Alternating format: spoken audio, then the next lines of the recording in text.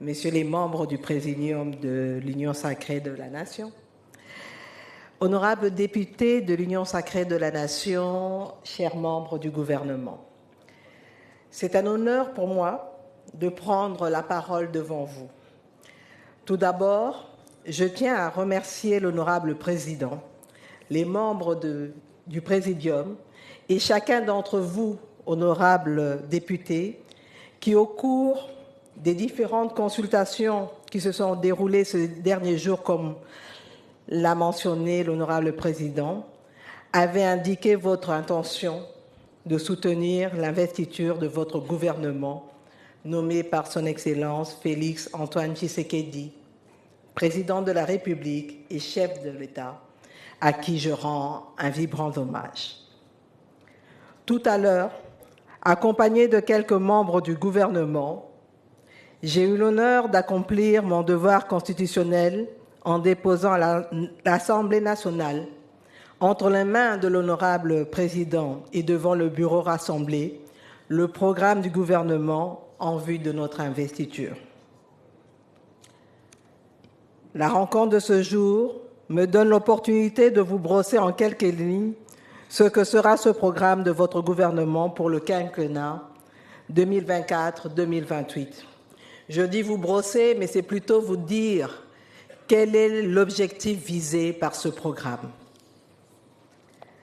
Ce programme représente notre vision stratégique pour le développement économique, social et politique de notre pays pour les 5 prochaines années.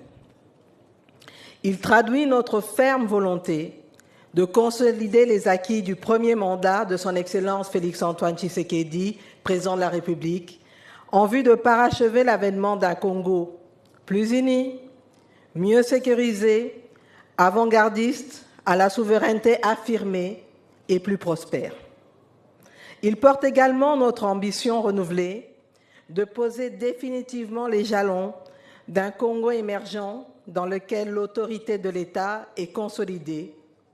la solidarité renforcée et les villes connectées pour le meilleur.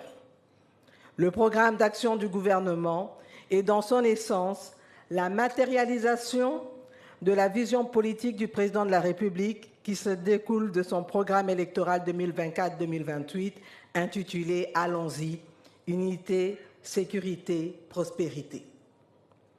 Comme vous le savez, les 6 engagements qui sont les réponses aux attentes et aspirations de notre population sont, premièrement, la création d'emplois, deuxièmement, l'industrialisation du pays, troisièmement, la cohésion nationale, quatrièmement, la stabilité de la monnaie nationale, cinquièmement, la protection du territoire, ainsi que sixièmement, la sécurisation de la population, gage de notre développement. Honorable président de l'Assemblée nationale, honorables membres du bureau, honorables députés, les réformes, projets et actions contenus dans ce programme se fondent sur une analyse exhaustive des défis majeurs et des contraintes structurelles